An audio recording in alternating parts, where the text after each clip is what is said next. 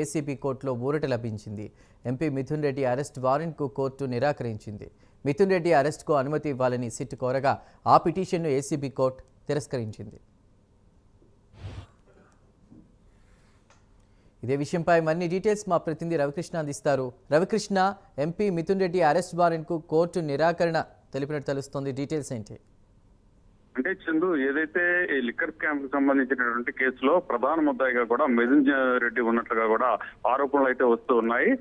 YCP MP అయినటువంటి మిథున్ రెడ్డికి ఈ లిక్కర్ కేసుకి సంబంధించి బలంగా కూడా అతను ముద్ర ఉన్నట్టు, అతని అండర్ కంట్రోల్ లోనే పూర్తిగా కూడా లిక్కర్ స్కామ్ జరిగినట్లు కూడా పెద్ద ఎత్తున కూడా ఆరోపణలు వచ్చిన నేపథ్యంలో ఏసీబీ ఎంక్వైరీకి అయితే బిగిన్ చేసినటువంటి పరిస్థితి. దీనికి సంబంధించి ఆయనకి నోటీసులు కూడా జారీ చేశారు. అయితే మిథున్ రెడ్డిని అరెస్ట్ చేసేటువంటి పరిస్థితి ఉంటుంది అని పెద్ద ఎత్తున కూడా వార్తలు రావడం, అదే విధంగా కూడా ఏసీపీకి సంబంధించిన అధికారులు ఎవరైతే ఉన్నారో వాళ్ళు కూడా ఆయన్ని అరెస్ట్ చేసేందుకు ప్రయత్నిస్తున్నారని తెలుసుకున్న తర్వాత ఆయన అయితే మాత్రం ఏసీబీ కోర్టును ఆశ్రయించారు. ఆ ఏసీబీ కోర్టును ఆశ్రయించినటువంటి తరుణంలో సిట్ కి సంబంధించిన అధికారులు అయితే మాత్రం మరింతగా కూడా లోతుగా విచారణ జరపాలంటే మాత్రం మిథున్ రెడ్డిని తమ అరెస్ట్ చేసి చర్యలకు తీసుకుంటేనే మరింత వేగంగా కూడా ఈ కేసుకు సంబంధించిన విషయంలో ముందుకు పోసే అవకాశం ఉంటుంది. కాబట్టి అరెస్ట్ చేసేందుకు అనుమతి ఇవ్వాల్సిందిగా కోరటం జరిగింది. అయినప్పటికీ కూడా ఏసీబీ కోర్టు పూర్వాపకారాలు పూర్తిగా పరిశీలించిన మీదట మిథున్ రెడ్డి అరెస్ట్ కు మాత్రం